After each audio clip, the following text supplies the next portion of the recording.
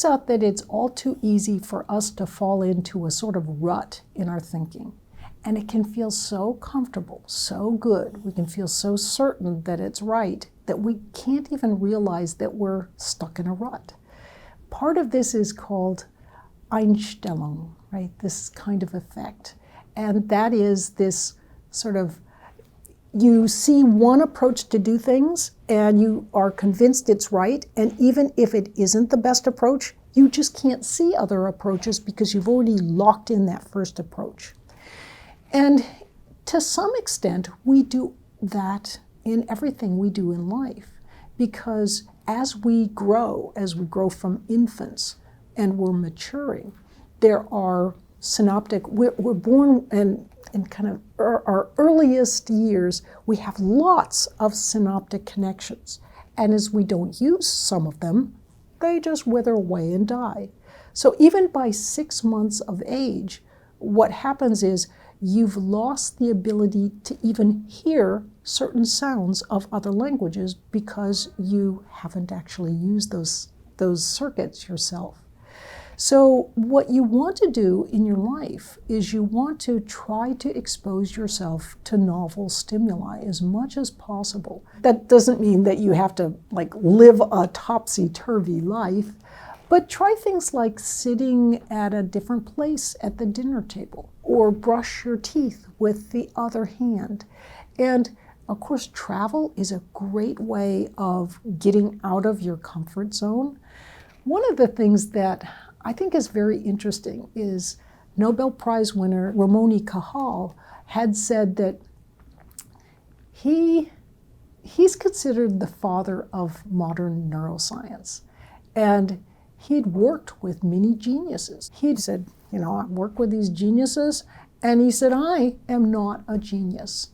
He said, what I am is persistent, and I'm flexible when I see that the data is telling me something different than I thought it should tell me. So he was able to change his mind. Now, what happens with really smart people, those geniuses who Ramon Cajal was referring to, is they're super smart. So they're used to being right, and figuring things out quickly.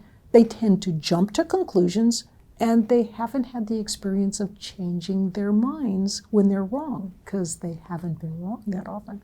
And what that does is that makes them less flexible in the face of changing data, or even being more open to different ideas. So I think it's really important to try to keep yourself flexible, try to talk to people of differing opinions, listen to them. Of course, you'll be forming your own opinions, but you'll be surprised if you listen carefully how you can find yourself being a more open and caring person just for the fact that you've listened. My background is a little different in that I worked for several years as a Russian translator on Soviet trawlers. So it was an eye-opening experience for me because it allowed me to realize how easy it is for people to get in an echo chamber where they have no idea that there are other opinions and other ideas that are outside their own echo chamber. So I saw that on the trawlers that I worked on. There was no exposure to Western ideas and Western thoughts. And so they were convinced that all capitalists were evil, that people would, when they got to shore, they would be kidnapped and tortured and terrible things would happen to them. And of course, that wasn't true at all. And their conceptions of the West were completely wrong. And what I see, and another thing was just that they were terrified of saying the wrong thing. It was truly a totalitarian society where if you had wrongthink, you were in big trouble. And to some extent, I see a little of that going on in our society today. People become very polarized because they only listen to news that relates to something that backs up the worldview that they have. And so it's almost a little bit like the old days when I was working with the Soviets, because there's this sort of groupthink that we're right, and also fear if you say the wrong thing amongst your group.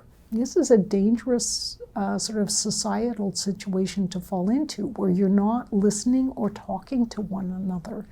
And I think it's important that as much as possible to maintain dialogue between different ways of thinking about things.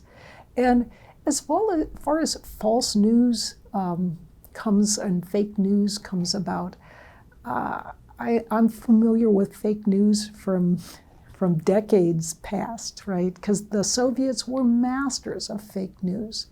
And fake news can come from any source. And it's not just your side that's the source of the good news. It's both sides that can put out fake news. And so I think critical thinking involves not being totally vested in one side or another, but being able to step back and be dispassionate and not be quite so emotional about the things you might hear in the news that are built to push your emotional buttons.